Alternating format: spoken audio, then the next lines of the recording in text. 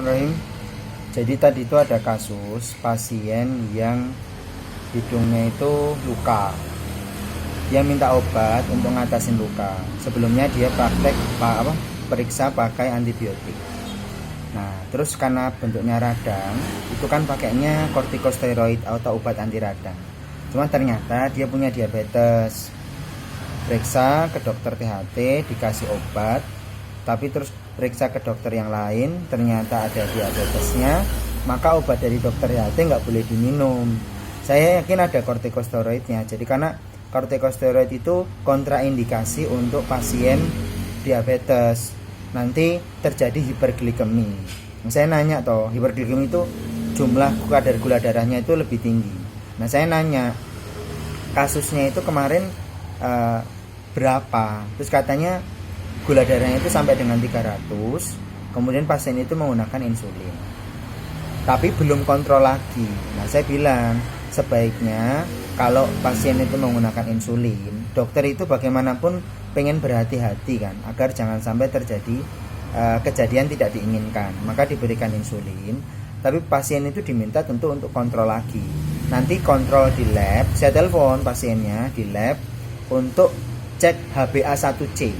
Nah, kalau HbA1c nya nanti kurang dari 7%, kita sampaikan kepada dokter atau kita minta dokter untuk mengurangi penggunaan insulin kita. Itu akan membantu proses penyembuhan dari tubuh kita. Kalau kita nanti tergantung pada insulin, pankreas kita itu tidak akan memproduksi dengan baik. Justru yang kita perbaiki kemudian adalah makanan-makanan kita, nutrisi kita. Misalnya ya, dengan kita mengurangi konsumsi daging. Konsumsi daging itu akan memperberat kerja di pencernaan kita. Yang kedua, daging itu kan mengandung cukup banyak lemak. Sedangkan lemak trigliserida itu akan terpecah termetabolisme menjadi 3 komponen gula. Jadi meskipun tadi saya sampaikan, meskipun konsumsi gulanya sudah dibatasi atau bahkan sebenarnya bagusnya untuk mengganti ya, misalnya dengan gula stevia. Nah, untuk konsumsi yang gula-gula pasir, gula yang lain itu, apalagi gula rafinasi, praktis nggak boleh sama sekali. Nah, kemudian yang paling selain mengkonsumsi menghindari konsumsi gula, mengurangi atau bahkan menghilangkan konsumsi daging-dagingan, yang lebih bagus lagi adalah mengkonsumsi sayur-sayuran. Sayur-sayuran ini akan membantu penyembuhan, terutama sayuran yang mengandung banyak protein ya. Misalnya kayak lentil, kacang-kacangan, cipir, kedelai dan sebagainya. Itu microgreen semacam kacambah gitu ya, itu akan membantu perbaikan dan metabolisme bagi tubuhnya. Tadi saya sampaikan, saya kan tidak tahu ya kalau kondisi orang diabetes itu biasanya mengalami disfungsi seksual, nggak bisa ereksi atau impotensi. Nah, saya sampaikan agar memperbaikinya itu dengan 2. Yang pertama, mengkonsumsi jus yang isinya carrot atau wortel, kemudian lemon dan kurma. Nah, itu dikonsumsi seminggu 2 kali saja. Kalau lebih banyak nanti lambungnya yang nggak kuat. Yang kedua itu mengkonsumsi jambe atau pinang yang udah matang, itu dikonsumsi karena dia kan secara alami sebenarnya digunakan untuk mengatasi disfungsi seksual, dan dia itu membantu menormalkan kadar gula darah secara empiris.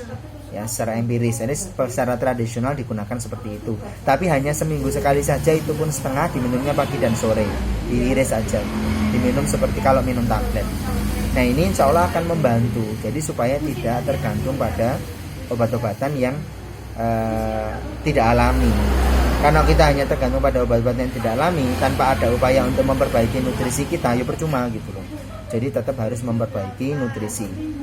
Kemudian beralih pada hal-hal yang pengobatan-pengobatan yang secara empiris, secara tradisional terbukti untuk mengatasi kondisi-kondisi disfungsi seksual, kondisi luka. Ini kan lukanya itu nggak akan sembuh-sembuh itu, karena dia memang harus ada obat anti radangnya, obat anti infeksinya juga harus dihabiskan gitu. Dan harus kontrol lagi ke dokter, itu yang penting.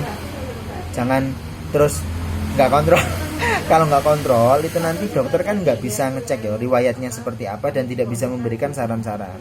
Kalau kami di apotek itu kan hanya memberikan konfirmasi tentang obatnya. Untuk penegakan diagnosa selanjutnya bagaimana itu tetap sama dokternya. Yang bisa menghentikan insulin itu ya dokternya. Tapi dari kami apotek itu kan akan menyarankan kepada teman-teman tentang saran terapi, baik terapi obat maupun terapi non obat yang paling baik. Kayak tadi akhirnya saya berikan, karena tidak boleh minum kortikosteroid oral, ya saya berikan kortikosteroid yang untuk di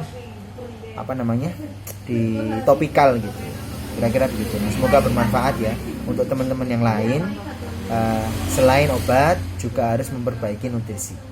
Nah, begitu ya, terima kasih, semoga sehat selalu. Wassalamualaikum warahmatullahi wabarakatuh.